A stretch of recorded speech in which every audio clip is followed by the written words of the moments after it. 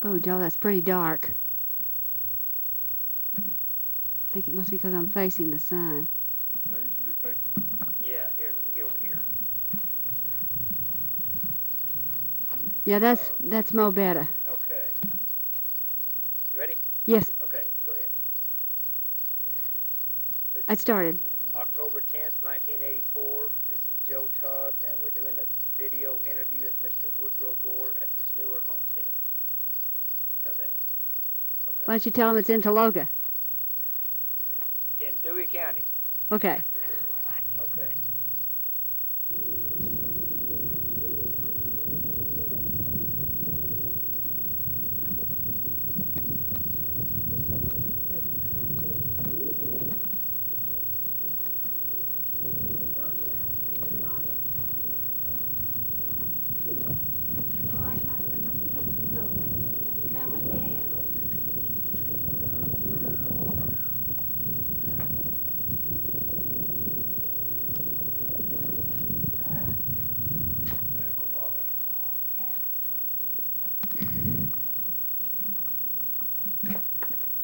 Yellow jackets up there, just don't get close to them. Okay. Yeah, why am I going first? You're going in the living room. This is the kitchen. I know, but why am I going first? Boy, there's anything in here like that. Yeah, I know, that's what I was thinking. All right, the cattle come in, we got to pay. Oh, it is? This is gonna. Oh. No, wasn't this a pretty big living room? And the high ceilings? Yeah. Most ceilings weren't higher than, 7 feet in those days. What's that up there? That's one of those bird nests. Bird nest. Okay. That's what I was just gonna ask. When was the house built? Where's the hole in the floor you got the money through? This part here was started about 1895 probably. Well, it's before that. McGettrick's came first, and they came next. 3, 4, about 1894. Now, who built the house? This Gene Smith built the first part here. Mm-hmm. And the fellow by the name of Matthews built the part that doesn't have the gyp in the walls. Now how they put the gyp in the wall? Oh, I know that. How and why? Well, they made a pip, and they heated the gyp rocks, and then they pounded them up as much as they could. Get as small as they could. Mm-hmm. The particles would be from 1/4 inch up to 3/4, and they would get tired and heat it some more, and then they'd put a little water with it, and it stuck by itself. It had its own glue. But it worked better if you had just a little bit of cement. You could make a sack of cement, make several yards of mortar, for filling cracks and so forth of the gyp. Well, it feels like cement. That's concrete there. It is. That's concrete. See, that's up under the chimney here. Okay, now where's the? Here's some here. Yeah. You see that? Okay. See, that's got a little cement in it. You can tell by looking at this slicker stuff here. Mm-hmm. Got a little bit of cement in it. But it can be made without cement. It's not as good. You can't trout it down as tight as that. Mm-hmm.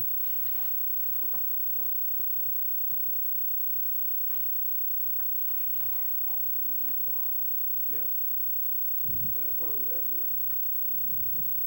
Come in here and I'll show you the cheesecloth. Thick that old paper was. Uh-huh. There's 2 or 3 coats on there, and then bed bugs got in there, and they just wouldn't hardly give up.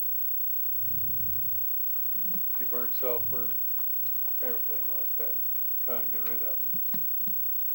And it took several years. They don't build them like that down there. This is the room that Mrs. Odell and her mother and her little child lived in. She taught school up here a mile west one winter. What was the cheesecloth for? They make the paper stick on better. You nail the cheesecloth, and then your first paper glue would stick that up tight, and then the paper stick together real good. And a lot of times they just had wallboard, and they had to have the cheesecloth on that. They'd put it on with thumbtacks and then stick the paper to it. But it wasn't like today's paper. It didn't hang on like the glue that they have today. Mm-hmm. Put paper up with. When did you move in the house? 1913. There had been renters before that in there. And this odd Cleveland up here, this fellow that lived here, the name of Matthews, was his half-brother. And Cleveland was here in early days with the cattlemen. And they've been trying to trace their ancestry back. They think they're related to the younger brothers. And how long did you live here? 36 years.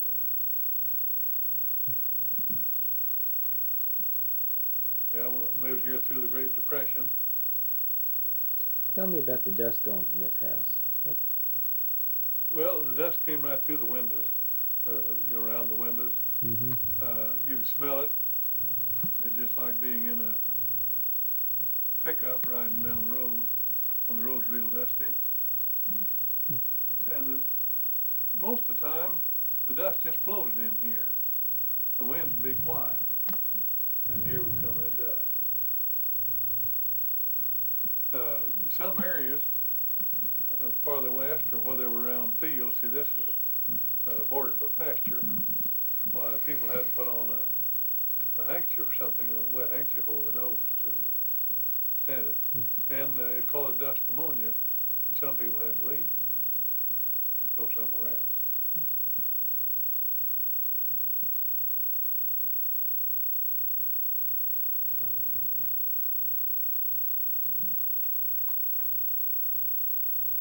When did you have electricity put in?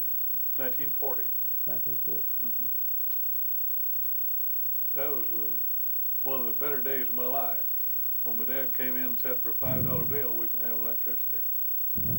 And that meant we could be on a par with people in town, anywhere you could have anything they had. And that was a big lift. Where did the lumber come from to build the house? I expect Custer City, when it was first started, probably came from El Reno or Weatherford. The first supply point was El Reno. The next one was Weatherford. And then the next one was Custer and Thomas. Looks like you used this to store hay in. Yeah, we put hay in here last. And the cattle got in here. The old house was in pretty good shape till that happened. But it is built, I told you, it's built on a walnut stump and gyprock foundation. See, they didn't have concrete for the foundation then. Any of the foundation? Couldn't buy enough or something. Is the foundation, can you see the foundation? Yeah, around here on the outside. Yeah. Okay. Yeah. What is that? What was that used for?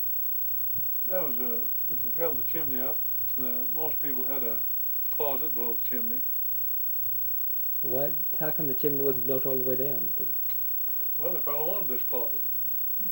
And they had to buy the brick.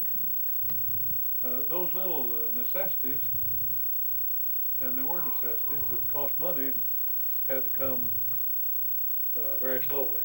Mm-hmm. Yeah, these people lived in this room here that taught the school. And then they had a stove here. You'd come up to that. And then we could have a stove on the other side also. And each room had to be heated separately if you heated it. And you let the fire go out at night and build it again in the morning. You didn't get up in a 75-degree temperature.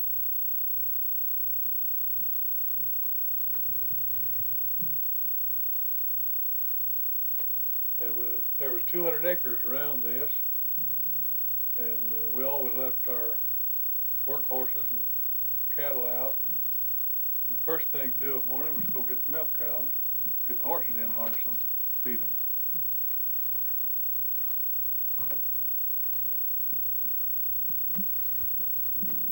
And right around here on this side, you can see the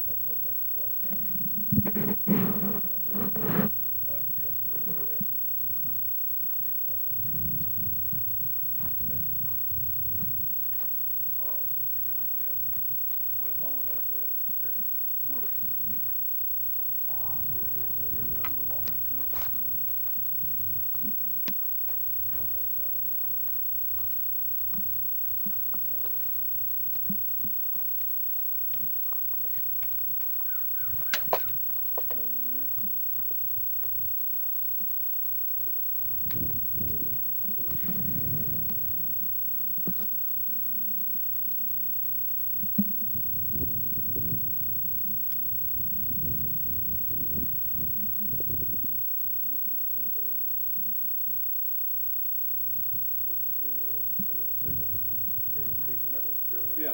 Mm-hmm. What's that for? It was a radio ground. Oh. Well, this is another rod driven in over here. Yeah? Mm-hmm. Go ahead. Two of them? One time we watched listened to the World Series, and it was during the dry time, and the ground wasn't good, and my dad had to hold the aerial with his hand. Two cisterns? Yeah. And we used to drive the car up there and use the car battery when we had a wind charger and the wind wasn't blowing enough to keep the batteries up.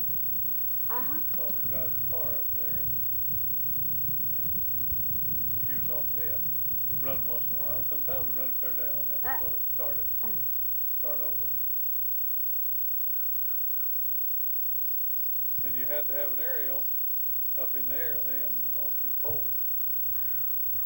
75 or 100 feet apart. Woodrow, what's that pipe over there underneath that window for? That's the drain, the wash basin in the bathroom.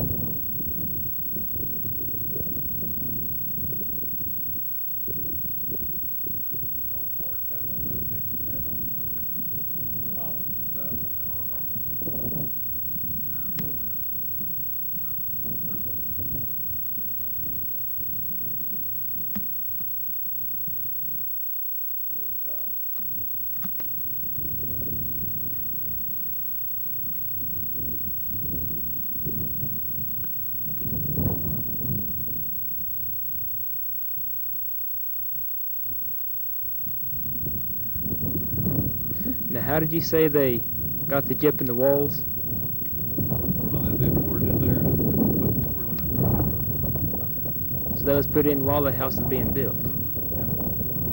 They put up the studs through the wall and then start putting the boards on, start pouring the gyp in there.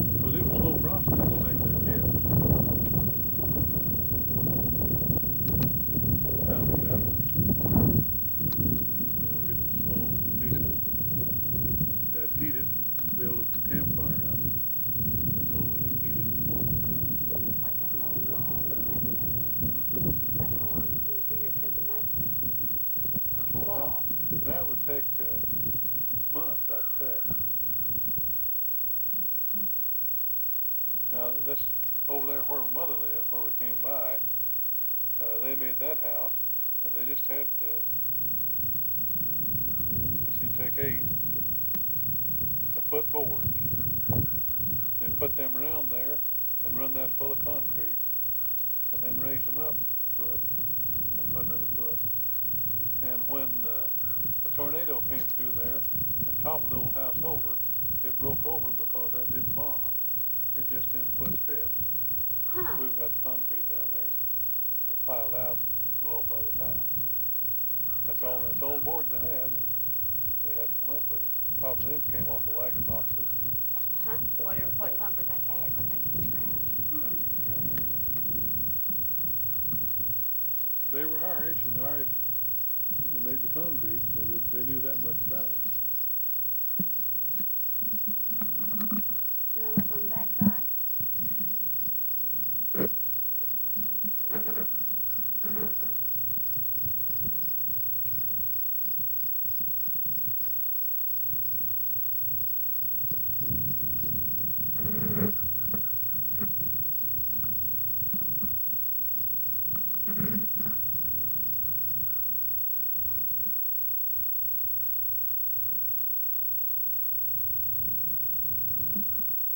Yard of Amherst, Nebraska, and he shipped that lumber down here for that from his lumber yard.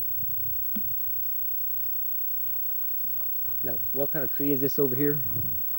That's just a willow tree, I think. Tamarack, I think, isn't it? Tamarack? Yeah, I guess it is. Yeah. Willow wouldn't grow up here. Looks like it's quite old. Yeah, it's been there. It was there before I left in 38. Been there a lot longer than that. Inside trunk on, they don't get that big. Pretty smooth right in here. Looks like it's been rubbed, maybe. Cattle rub on. Cow. That concrete there is part of it. They used to make covers, you know, for the roads here in the day. And that's what you call homemade. It's about so thick, about this big across, and about this long section. My mother had 2 of them around the south side of the porch there with balsam apple vines in them. They were there for years. There's a chunk of it out here. Looks like that one. Yeah. Yeah, sure is. Where they used to mix their cement in. Just a box, Just stirred with a hole. a stir it with. Where were you when the big dust storm came in? Was that Black Sunday? Sitting around the cellar door that used to be right here. We all got out there. We saw this big dark cloud in the west, and we thought it was going to be a real humdinger, and it just dust floated in here, settled down over everything, and nothing happened at all other than that. Just We had to go down. It got dark, like night, kind of. The chickens went to roost. They go to Because roost when when it gets dark. it gets dark. Did you ever have the dust storms around here with the high winds? Yeah. You have to deal with Yeah, we made part of them with our own soil here. It got so dry, and we had to list it up and leave it in deep furrows until that kind of. Well, we didn't raise anything much. One year we planted 800 acres of wheat. Didn't get any wheat. Planted 400 acres back to maize, we called it then, and didn't get any maize. Got a truckload. That was a slow year. Which direction did that big dust storm come from? Usually the southwest. That's our prevailing wind, but it could drift in from the northwest. Okay, which way, southwest? This way. That way. the way that I'm in the way of. Yeah. One time we were getting a real bad rainstorm, and the wind was blowing straight out of the northwest. And we had a windmill. The towers were wood then, and it was weak. We had a heavy head on it, and I watched it go over down there. It leaned way over twice, and the third time it hit the ground. And the windmill head at that time weighed 100 pounds. What is this?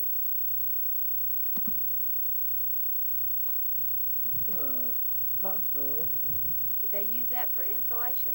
I don't know. You got me there. Well, it seems it's all the way down. I guess it is. You see that, Joe? I didn't know that was there before. Gee, I came along and discovered Yeah? something new. And it seems to be all the way in through here. It would make insulation, but I didn't know they put it in there.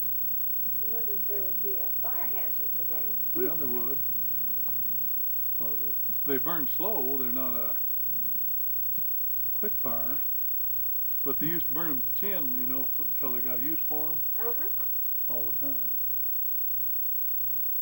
Well, it's got to be between the walls because there wasn't anything in that room, so. Mm-hmm. The two rings up there in the eaves, what are those for? Okay, I'll just tell you about that. Okay. I'll just listen. That's where we hung our beef in the wintertime. Uh-huh. We'd wait till it got cold enough it would keep.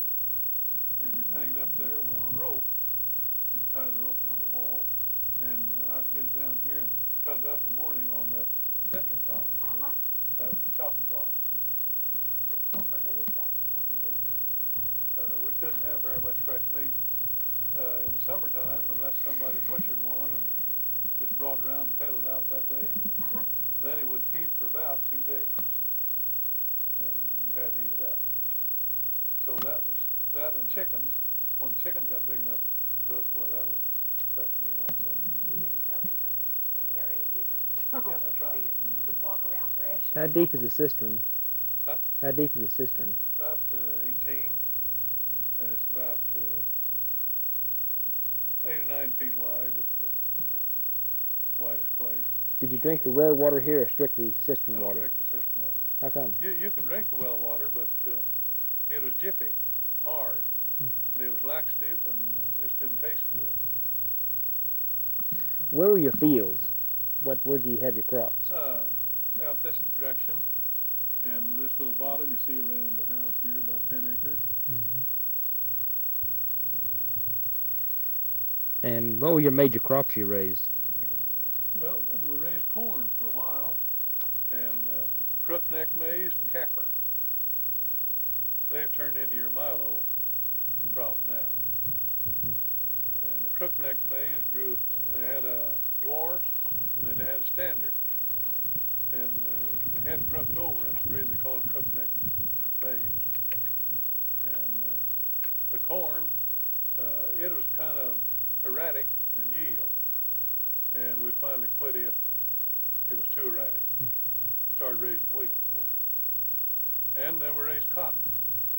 There had been cotton raised in the early day, but in 1924, my dad and Ned McClure went down to Port, Oklahoma, and got some cotton seed and started again in here.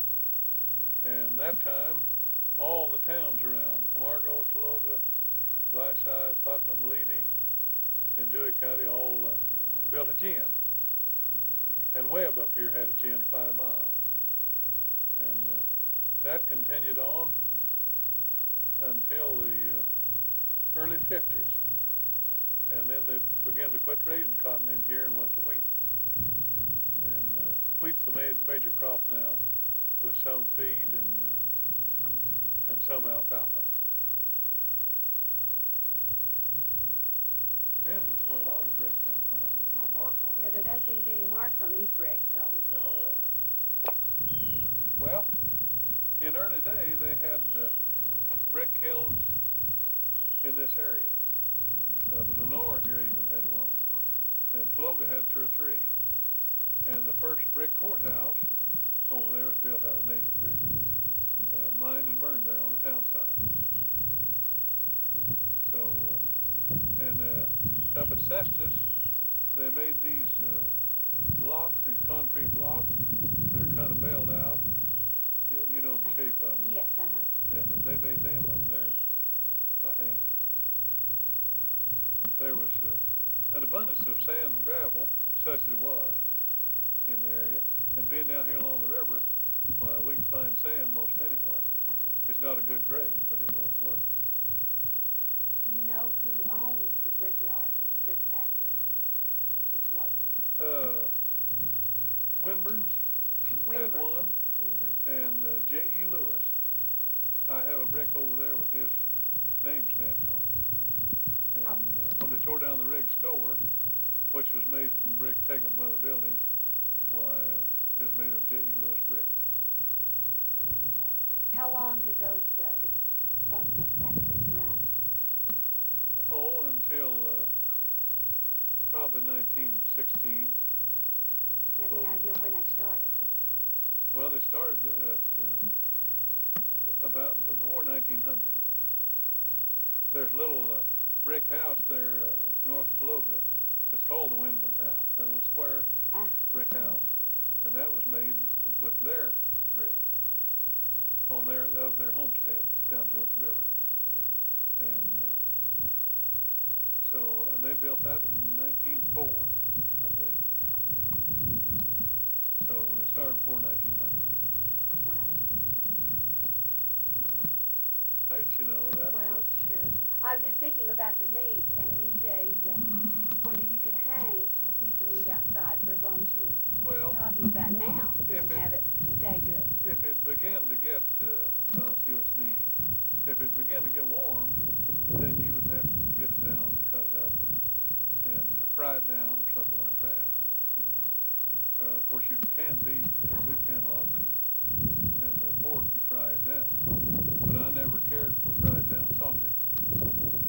My folks made it a little too strong, flavored a little too strong, and it just never tasted good when it come out of that jar. It's hard, dark. Oh, it doesn't sound very appetizing. No. But they only weighed about 45 pounds. Here's your pen. She comes in handy sometimes.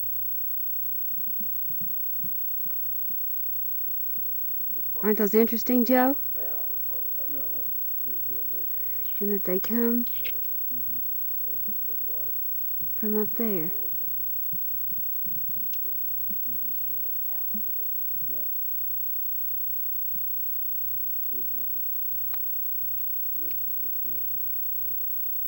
Rock.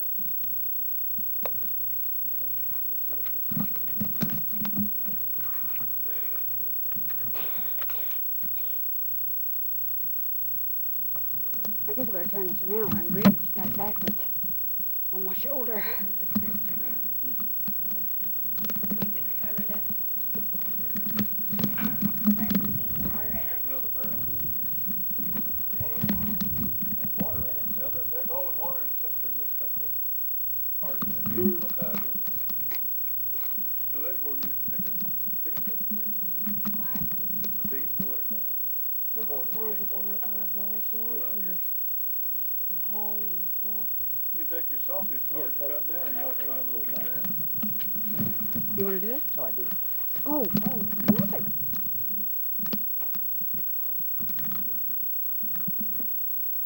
Anything else you want to shoot, Joe? That's the old filter. What is that? Filter for a cistern. Got charcoal in it. And if your concrete and lumber don't match below the ground, that's where we have our trouble over there. You know, while I was sitting in the car, I got to thinking about skunk. Well, we never scared a solitary skunk out of there. Yeah, I noticed, but what we had it. Well, we'd all been gone. We had a prairie dog town right out here, and we'd get on that porch there and take aim off the porch post and shoot prairie dogs. We'd shoot them a while, and then they would get tame, you know, and come up closer, and then we'd have another shoot for about 30 minutes or so. Fun. There comes the mail carrier, and they were just, well, there's still some on there. We didn't get any off of that one. No, but I showed him what to look for. There's plums hanging Those on other right ones now. over there Yeah. prettier. There's a few. Oh, I had a wild plum this year. Have I gotta get a wild plum. Well, we'll have to drive down there. Right there. No, there's none on that. And we always like the ones off the tall bushes the best. And we like the ones off the tall bushes here the best. Getting your picture taken. your picture taken. Red.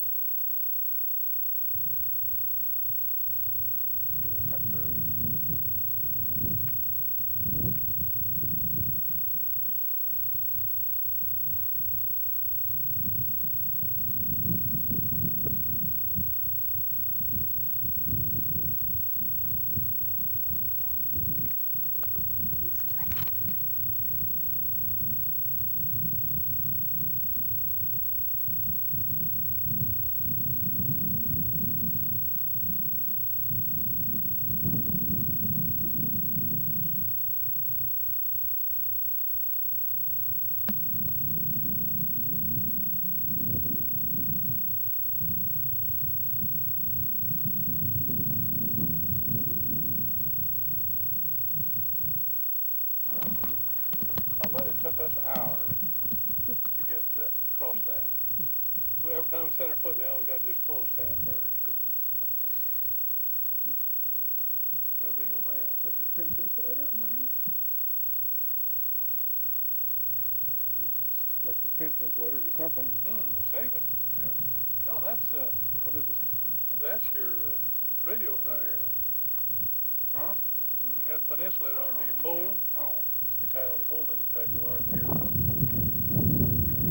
Put that in. It's a primitive. Put it away. Yeah. We've got a lot of things like that. Lots of primitives. For a paperweight. I see. Yeah, we had the arrow strung up here on the west side of the house. Beautiful rock. Take home with me. What's that? What'd you say it is? Pretty bottle. WPA made them, you know, and they had to make work for them, and they made them by the hundreds. Say WPA on somewhere. That's a single holder. Look up there.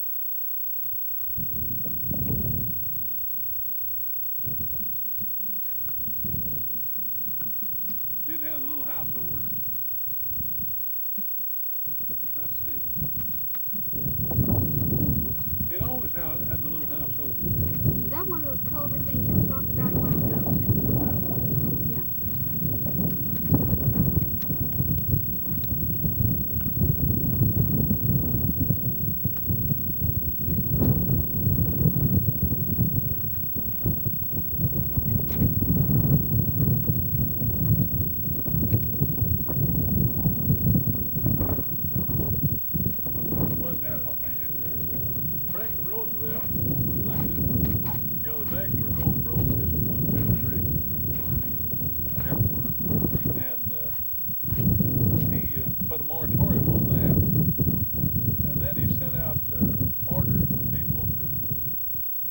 Something to do, and one of the first things here was they appointed my dad and Mr. Droke and another fella to go up and down the country and find section lines that were closed, that needed to be opened, and they would work on them by hand with horses and fix them up and maybe haul a little gravel and put on them, and that was one of the ways they got money in the country, you know.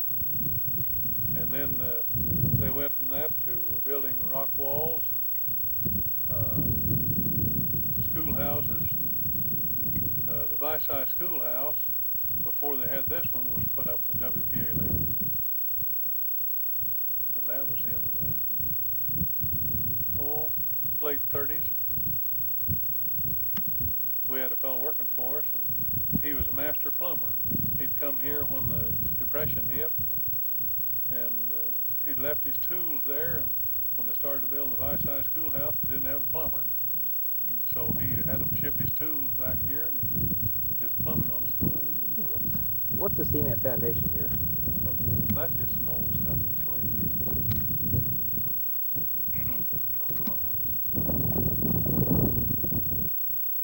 There used to be a lot of it there. What they use the old culverts for?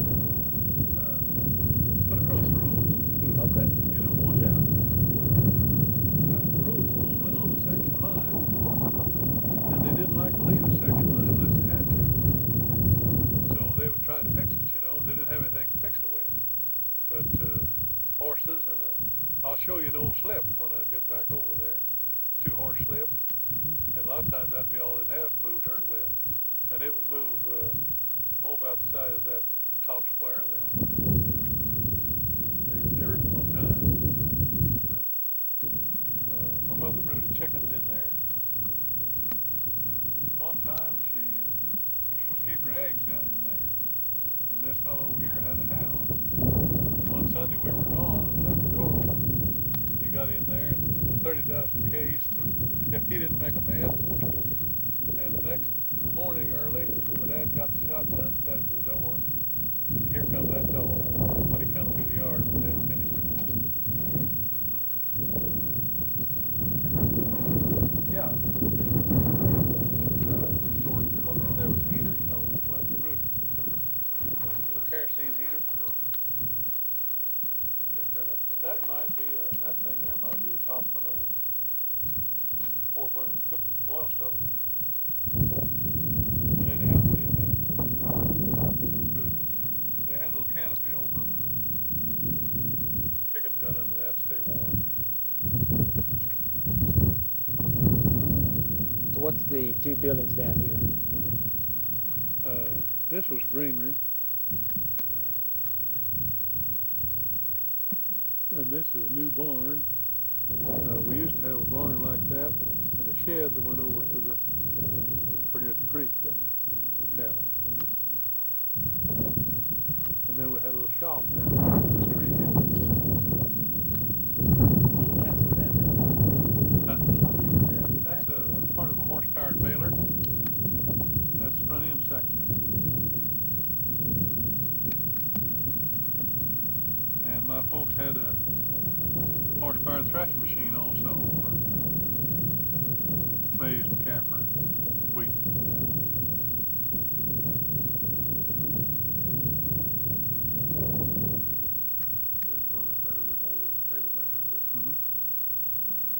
No, not that one. It's you know that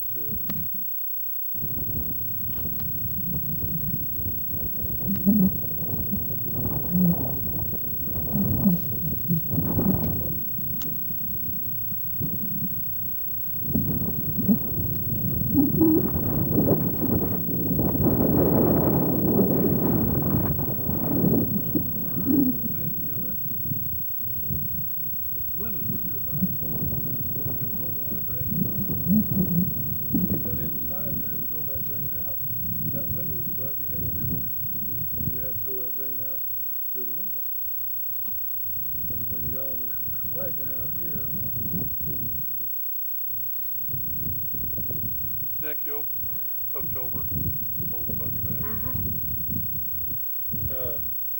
You know, leather would dry out in the summertime, and wood dries out. And my mother and her sister wanted to go to 14 miles to do some trading, and I went with them. I was just a little kid, and we'd go down the hill, and them darn tugs would come unhooked. I'd have to hook them up before we'd go up. There'd be one or more of them. Come loose. You had chicken when you come to Had chicken. Yeah. What is this step made out of? It's like a 50-gallon, top of a 50-gallon barrel. It's top of a 50-gallon barrel. Somebody done a little hard work there. Chicken tracks all these things around here where the chickens walked on. The way we used to do this, we had an old grinder, horsepower, sitting out there this side of the tank.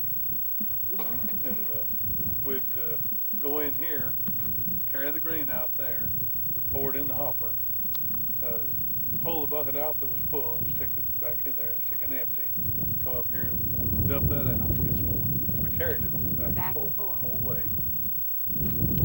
Not different from the portable grinder mixer of today's world.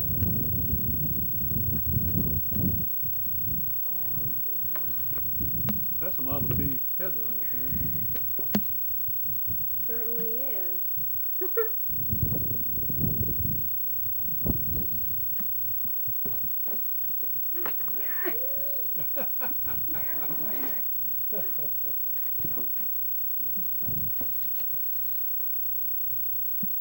See how tall those windows are? Good heavens, yes, and you also had to be a good shot, too. Yeah, you got a lot of it down your neck. You'd learn after about the third time.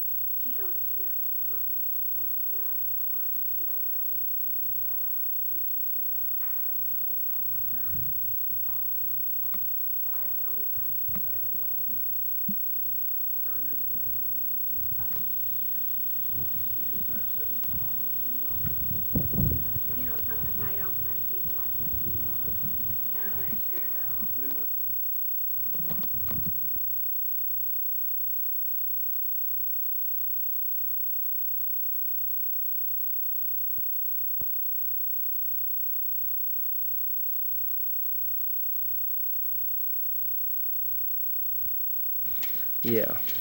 I'm ready. Okay, now what is this piece? This is a planting lister, one row, and plant corn, maize, with adapter to plant cotton.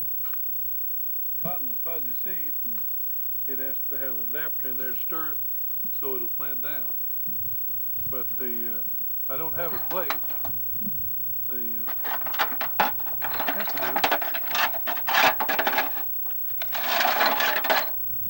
The plates had holes in it. This looks like a combination corn and maize plate. The larger holes for the corn, smaller ones for maize. And sometimes if they needed to close one of these holes right quick, they'd use a 22 bullet.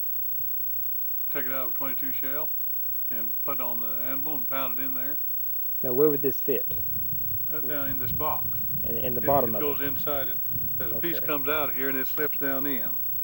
And it sets down right in the bottom of the box. And this piece on top goes over it. And it has a piece that sets about that close that rakes off the extra seed so it don't plant too many. And you close as many holes you wanted to, and a lot of times you'd have to change it if you planted late in the season, wanted to plant more seed, why you'd have to knock some of those leads out. And that took 4 head of horses to pull it. And, of course, the horses. The horses hooked on up here. Now, this is a cross clevis. Cross clevis right here. Here's what one looks like when it's on there right, and your horse hooks on here. And if you had 4 horses, well, you'd have a 4-horse doubletree hooked into this. And some of these are hung like this one, and some are hung this way if you need to raise or lower the tongue. Make the lister run level. Then down here it has 2 little discs that cover the seed, and the chain drive the box runs off the wheel here. And you have a throwout gear here so it won't plant all the time. When you have the lister raised up with the lever, why it won't plant. And then when you let it back down, why that cog comes together there and the chain starts turning. And you can plant about 6 or 7 acres a day. Usually at planting time, you were busting ridges. You had gone through and worked the field with the lister deep, and then you came back and you raised the lister up and planted on this ridge. And these are the press wheels. And there was a piece set on here that cleaned the press wheels off. Kept dirt, mud from building up on them. Here's your repairs. All kinds. You know, where exactly did the seed drop out of the bottom of? The seed drops right out this spout. There's a spout that's gone here that went down in here. And then the seed comes right on down here. Here's a subsoiler that makes a little place for the seed to rest. And then it's dropped down here, and then these discs are cupped in to where they throw the dirt on it. Then the press wheels back here press it down.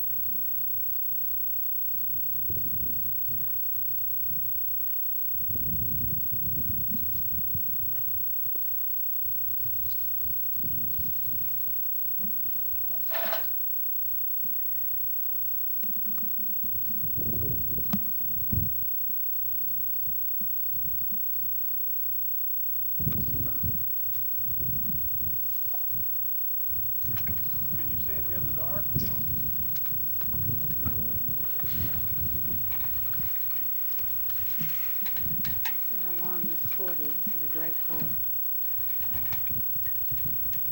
How's that? That's fine. I can see some of the Kentucky Derby.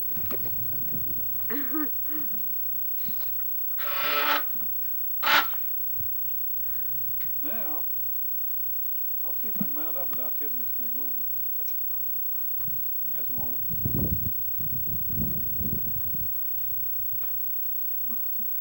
Well, as a kid, I'd get on these easier. Now, this is your cultivator. And you guided the shovels a little bit with your feet on these pedals and the chain up there on the pulleys.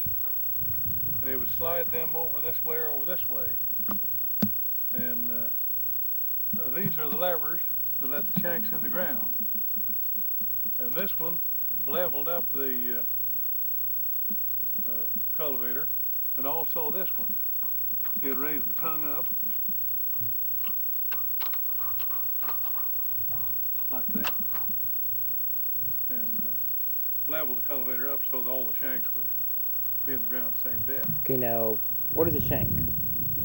These are shanks right here, and here's where your shovels, they fit on the bottom of these. And they were a sharp shovel, or you can put a sweep on it. If you had some big weeds, well, you can put a big sweep on it and cut a few weeds. If you just want to throw dirt to the corn, well, put the shovels on and set her in deep. Okay, what is the purpose of the cultivator? What does it do? It kills the weeds and places dirt up against the plants. Okay, well, what kind of plant would you use this on? Any row crop. Any row crop? Mm-hmm. Any row crop. What brand is this? McCormick Deering. You got a picture of that right there.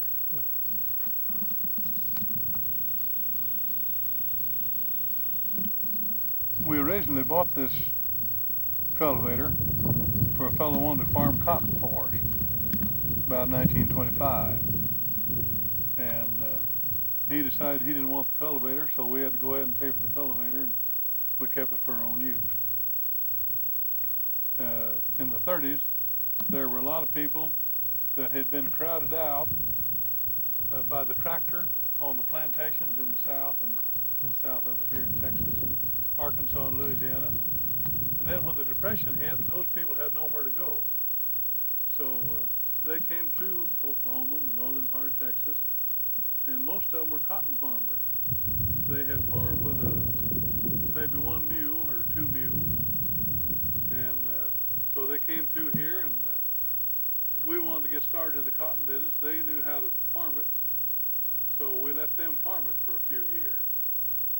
And then when the Depression got so bad, well, they even moved on from here farther west, and they became the Okies of Oklahoma, over in California and Colorado and Arizona, western states.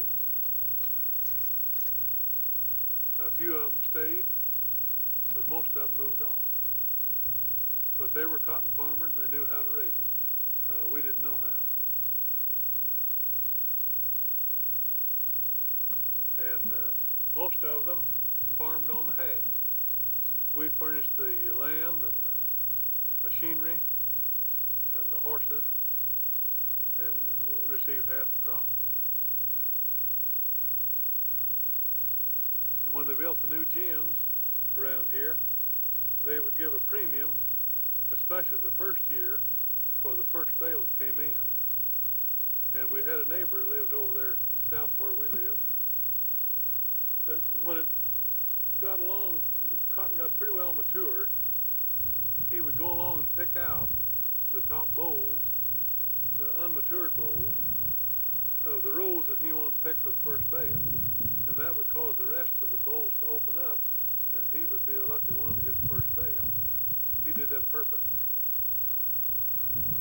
Another thing we didn't know. A fellow lived over here where my mother lives, and he got the first bale over at Leedy when they first built the gin, and they made up 67 $1 bills and gave him his premium for having the first bale of cotton.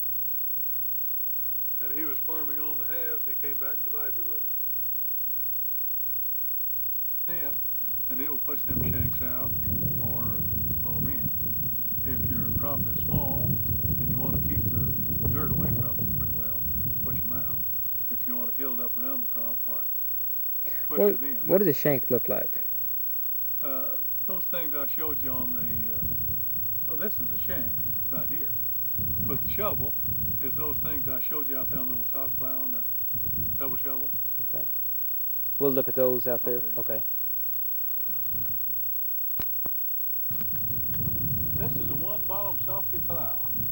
It looks like it cuts about 12 inches. And the tongue is broken off, but when you turn the corner, why the tongue turned that wheel to where you curved around a little bit and turned this wheel to where you did a pretty good job of cutting out the corner. And why do you call it 12 inches? It's a mold board, and it cuts a 12-inch strip, 12-inch sod, turns it over. Next time you come around, it cuts 12 inches more. And you can cut about 2.5, 3 acres a day. Real hard work. With a team that steps right along. Takes 3 horses, and one usually walked out in the plowed ground, which is pretty tiring for him. He had 2 levers to let the plow in the ground, raise it out.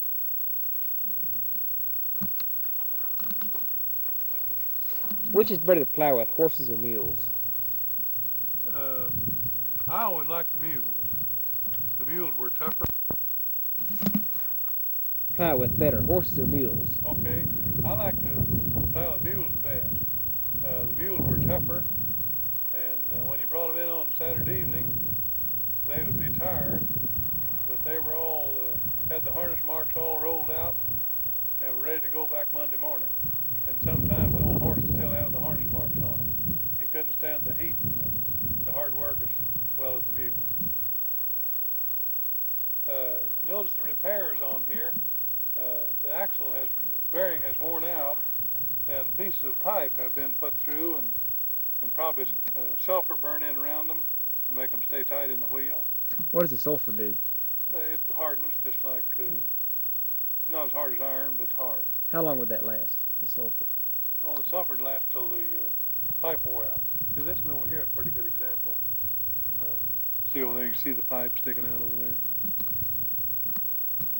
And it would stay till the pipe wore out, unless you hammered it or something and knocked it loose.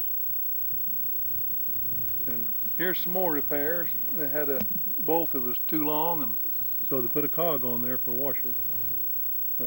We used what we had because it's too far to town with a horse and buggy or saddle horse to go get repairs every day. Mm-hmm. When did you get this piece of equipment? About 1908 or 9. And what exactly is it used for? Plow. Just plow, that's all. Plow. Mm-hmm. And how many acres could you plow in a day with this? About 6 or 7. Is this what they commonly refer to as a riding plow? Well, sliding, moldboard, sulky. Sulky is its proper name. Mm-hmm. But it's moldboard plow like they use now behind the tractors. What do you mean by sulky? Well, it's a riding walking plow. We'll say it that way. Okay. When they put a seat on it and a frame around it and metal to carry the beam, why then it was a sulky plow. Okay, what does the term sulky mean? Does it mean anything in particular? Well, I'd have to look that up in the dictionary. Okay. Really don't know.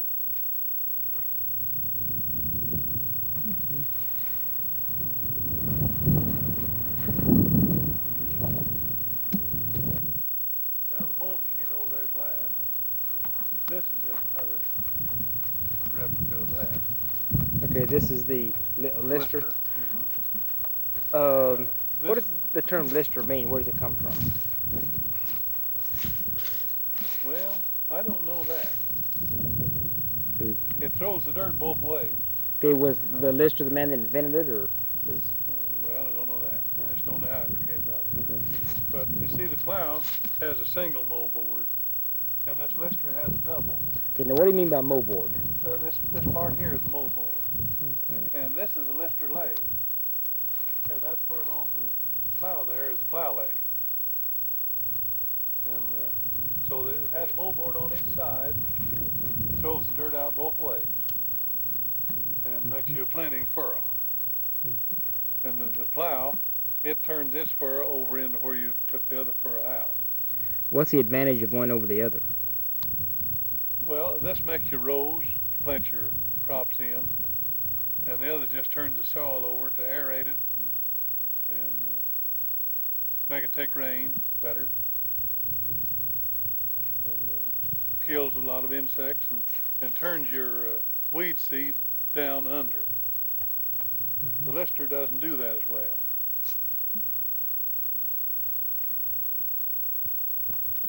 And the last one is the... Maybe we ought to go to the 6-disc Go Devil over here.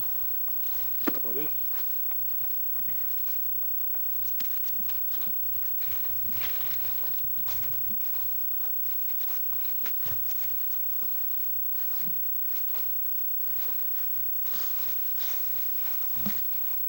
This 6-disc Go Devil, or 6-disc Monitor is the proper name, is a primary tool to cultivate with. It follows in the lister track, the furrow made by the lister. And another primary tool is that knife sled over there. It has 2 knives on it like this that set out from the sled. And they trim the weeds off, and then these discs throw the dirt back in, and this fender keeps you from covering up the young crop. You can adjust it different heights. If you want some dirt in, why pull it up to there. If you don't want any, why let it back down. Where does the term Go Devil come from? That's just a dirty 30 term, I think. It's invented by people who use them. You know, kind of a cliche in farming in the 30s was if you could be sarcastic, it was funny. Well, I've been running the Go Devil now, so I'm pretty bad, you know. That's about as bad a job as you could have. Mm-hmm. So that's kind of the way it came into being. And how many horses did it take to pull this? 2 horses. 2 horses. Mm-hmm. This is just kind of a sled then? Yeah. It had these are the runners, and the knife sled over there has runners, but it doesn't have the little monitor disc back there. And they could be adjusted, you know, to throw more dirt in or dig out for some people use them to level down listed ground for wheat farming. And then we would take a disc or a hair and finish it.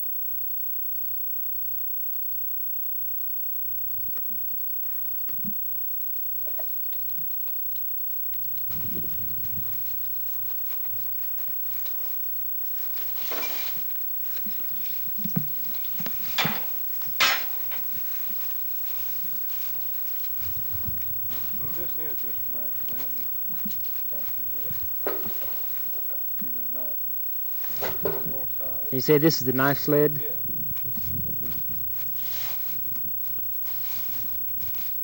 The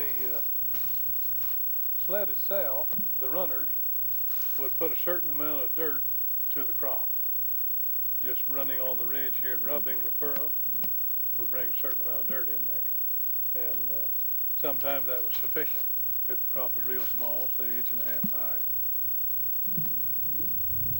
And those knives, I guess somebody wore out the little disc and put those knives on to stir a little bit more dirt in. Okay, now this is the knife down here, right?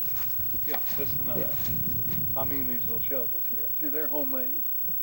And here you raise and lower this. And that way they can put a little bit more dirt to the top. Now what are the fender, I would call them fenders for lack of a better term. That made it easier to turn around, and it made a place here to hook your chain in your double tree. It had to stick out that way. And then these would turn over if you weren't careful. And a lot of 6- and 7-year-old children ran these things. A lot of them.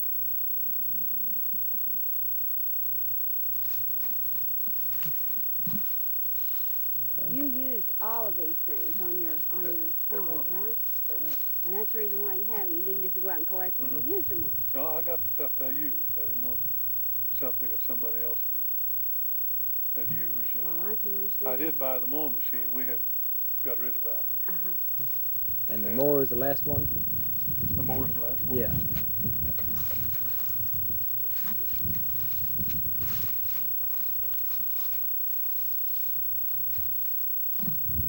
Now what, is it a McCormick also? Yep. Now how does it operate? With 2 horses and a double tree. It had a tongue in it like a cultivator. And you hooked under the tongue with your horses. And you let this down flat to cut, and it's pulled up for transport now. And you tip the point of the sickle down with this lever, and you raise this head up here if you wanted to go over something, a rock or obstruction.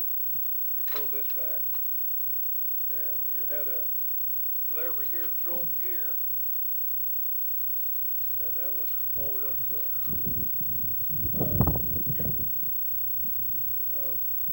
You sharpen the sickle with a grindstone, and that's what I've turned a lot of in my time. There's a rock about so big around on the bearing and had a handle on it. Some of them had foot pedal where the fellow sitting on there could do it. But usually that was too much work. You had to grind each one of those, each side of section, and it took a long time. Hard work. And you made hay in hot weather, not cold. This Pitman bearing would go out regularly. Once in a while you'd break this Pitman stick. Now what does a Pitman bearing do? It forms the rotation of that sickle. See, this oscillates around and around here and jerks that sickle back and forth. See, this part goes over here and back to here, back, over and back.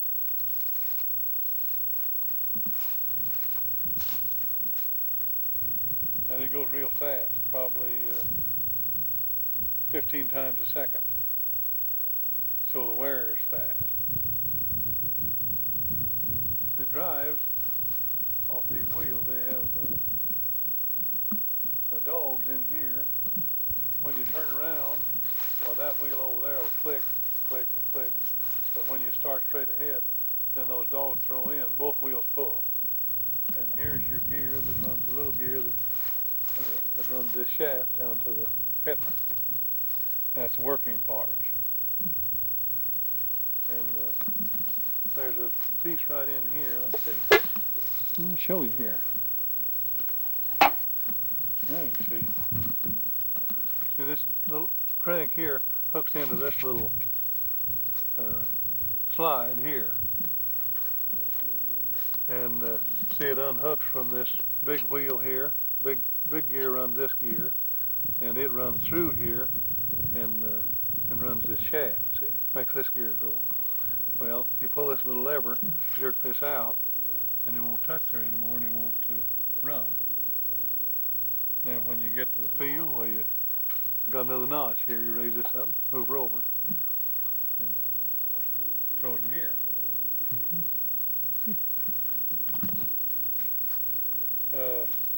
A lot of times you'd run over the bumblebees.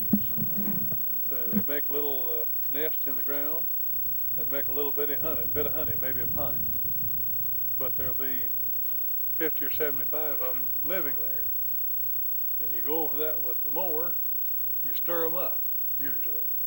Then when you come back with the rake, well, you rake over that and they're mad. And they come after anything that moves on that rake. And if you move your head, they come after it. And the horses particularly, they sting them on the hips and their ears. They'll start flopping their ears, and then they sting them more. And you have a runaway.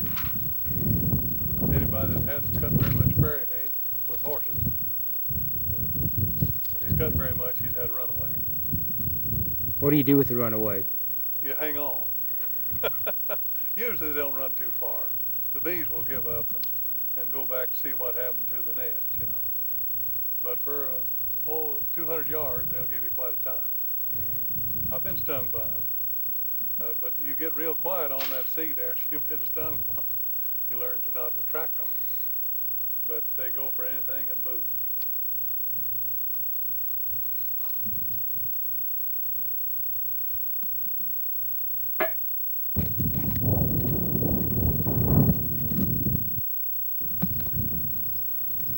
That's a good sod plow. But Dad went down to Custer and bought 2 of these right after they came to Oklahoma, July 1901. They gave $14 for the pair. And this is the cheapest sod plow. Some of them had the moldboard on here, but this one just had these bars, and they could be moved out to make it throw the dirt a little farther, or moved in to make it not turn as far. And he said that on a half-mile roll through the field, the sod would never break. It'd be all one piece from one end to the other. And they cut it about 3 or 4 inches deep. Is that what they used to build the sod houses? That's what they used to cut the sod out. See, this piece here will show you can fit the sod straight up and down. What is the difference between a sod plow and a regular walking plow? Well, the regular walking plow has a moldboard, like some people just saw out there.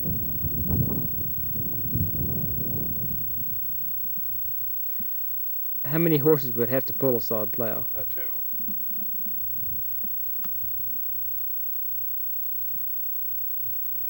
Got 2 horses to pull it all day. And they call these heel burners, sod plows. I couldn't think of those names the other day. I can't think of them now. There are several different. Is this a plow your father used to break out this land? That's right. That's what they did the first plowing with. Had 2 of them. And we've saved 1.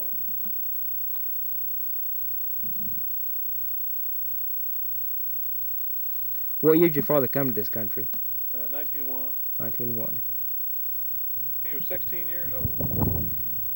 His folks came and bought a $300 relinquishment. They had a sod house and a sod barn. They brought a bird dog with them. The bird dog had 5 pups, and quail were everywhere. And they'd take this mother dog and the 5 pups down the creek, and she would sit, and all 5 pups would sit behind her. Pretty sight in those days.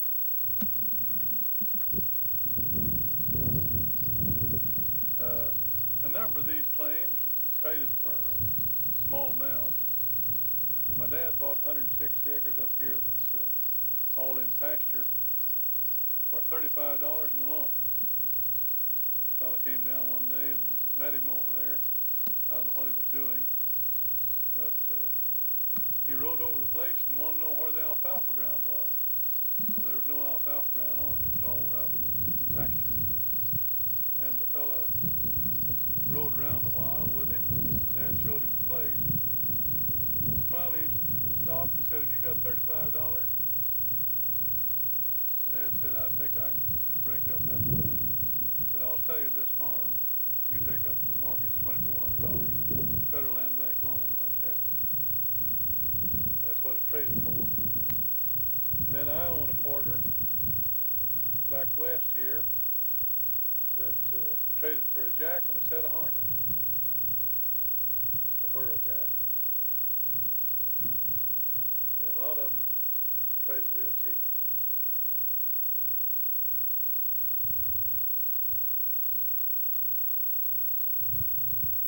How much land do you own here now? About 6,000 acres.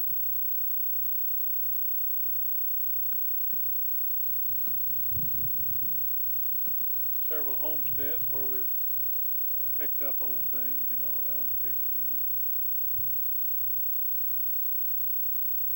How come your father came to this country? They had been building railroad grades, and they couldn't make any money at it.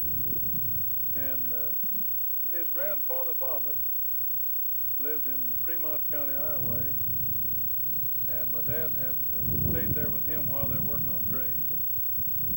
And the settlers were coming by them for the 1889 run. And he said they were driving cows and mules hitched together, and oxen, and anything you can imagine, with chicken coops tied on the side, driving cattle along behind. They would stop there at his granddad's and get hay and grain to feed their work stall, the cow. And him and his folks saw this going on, and they were over in Brush, Colorado. They came across into Kansas, and after the job was finished out there, and decided to come to Oklahoma. So they went back to Nebraska and started from there down here. My dad was originally born in Iowa, and he came down here sitting on a cook stove, put in a wagon. They brought all their earth moving equipment along with them, and they loaned it out after they got here, and pretty soon they didn't have any. So they were farmers then from then on. They did go out to a few places and did some more work. They worked on the railroad grade out of Camargo, from the river up to the town. They needed some overseers out there, so they went out there. And they did some work at Hobart and Kenyon, Texas.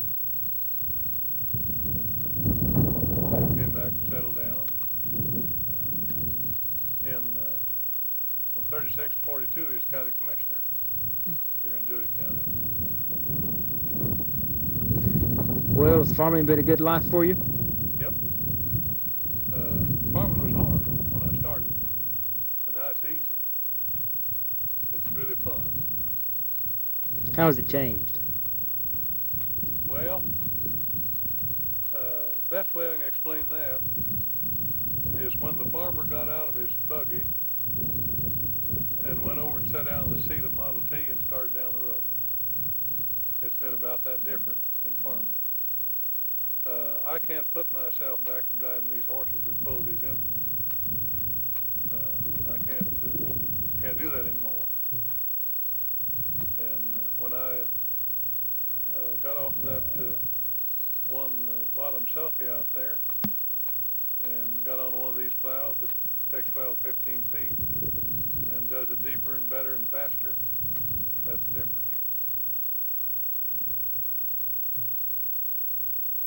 Okay, sir, thank you. See, you can go further if you let me hold the thing. 10-foot sulky rig and buck rig, some people call them. Went around bucking hay up in the windrow and then dumped it. And then you took what we call a real buck rig. Made usually out of a bridge timber at the back and about 6 or 8 foot 2x4s pointed front. The horse on each side, you drug that along and hooked into this windrow and drug till you got it full. Then pulled out, pulled up in front of the stack. And then you turned these horses around and led them back with the buck rig till you got out of the hay. And then took them back and hooked them up. And then one fellow could drive out and get the hay again. And this had an automatic dump, but these wheels were always worn out. And we used lots of babbitt and lots of sulfur, trying to keep them standing upright. You can see now that they're leaning back.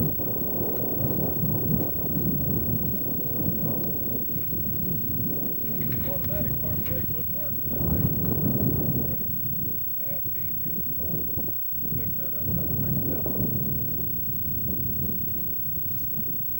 it. How many horses pull this? 2. They pull real easy. What kind of horses did you have? Oh, had mules mostly. We'd have all just common work horses. They were a mixture. They weren't the big Clydesdale or anything like that. The Morgan horse was a saddle horse, you know, and a light buggy horse. And sometimes they would mix him with a little bit heavier draft animal, and they would pull a little more. Now, in the heavier soil areas, there's where you had to have the bigger, heavier Clydesdale heavy horse. When you plow with mules, did you use the jack or the jenny? Which was the best? Equally. Equally? No difference. What's babbitt? You were talking about. It's like solder. It's a lead base, and you can melt it and pour it in, and then it will harden. Babbitt is what they used on the rod bearings on the old Model T car. Now we have a little bit of bronze, a little bit of brass, makes it a little harder.